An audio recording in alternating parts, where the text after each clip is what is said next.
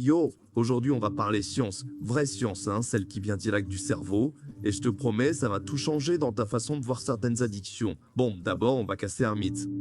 Beaucoup de gens disent, on peut pas être accro au sexe, c'est pas une drogue, c'est naturel, c'est un choix de vie. Mille mains, hein, sauf que d'un point de vue scientifique, ce raisonnement tient pas la route, franchement. Pourquoi? Parce qu'on diagnostique les troubles psychologiques à partir de schémas de comportement, pas à partir d'une prise de sang ou d'un scanner magique.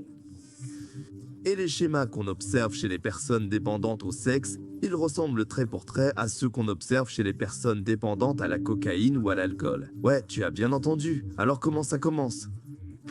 En général, les gens utilisent un comportement ou une substance pour se sentir mieux, gérer le stress, l'ennui, l'angoisse, la solitude, et si ça marche à court terme, le cerveau y revient, encore et encore. Sauf qu'avec la répétition, le cerveau développe une tolérance. Ça veut dire qu'il faut toujours plus pour ressentir le même effet. Concrètement, ça peut se traduire par passer plus de temps à chercher, aller vers des contenus toujours plus extrêmes ou prendre des risques de plus en plus grands pour sa santé, son argent, ses relations. Et là, ça fait peur, non?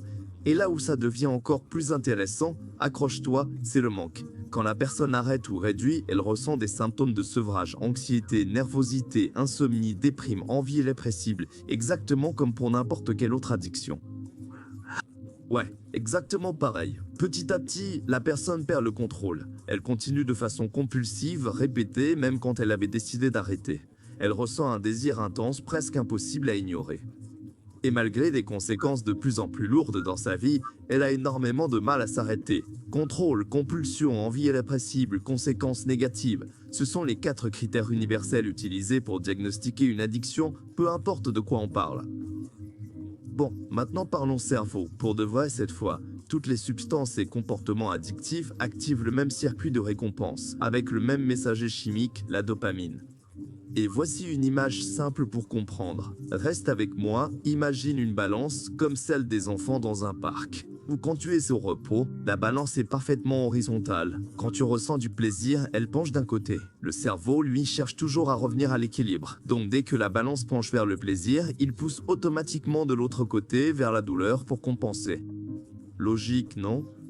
Et le détail hyper important à retenir, celui-là écoute bien, même un simple rappel, une image, un souvenir, une notification peut suffire à faire pencher légèrement la balance vers le manque et donc à créer une envie irrésistible d'aller chercher la dose.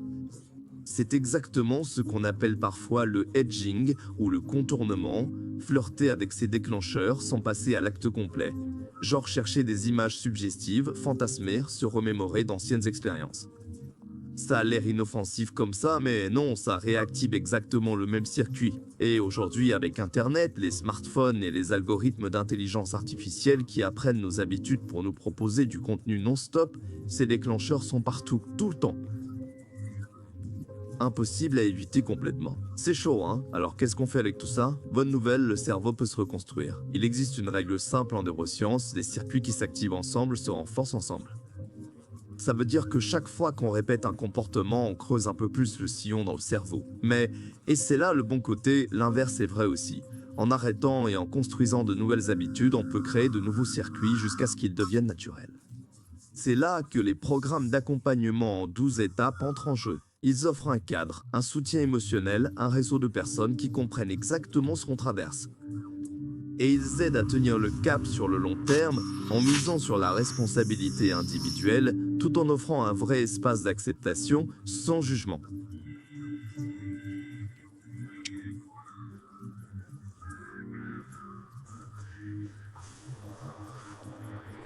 Et voilà le twist, ce texte, c'est l'avis complet d'une vraie médecin spécialisée en addictologie qui a vu de ses propres yeux des patients avec des addictions sexuelles sévères réussir à s'en sortir grâce à ce genre d'accompagnement.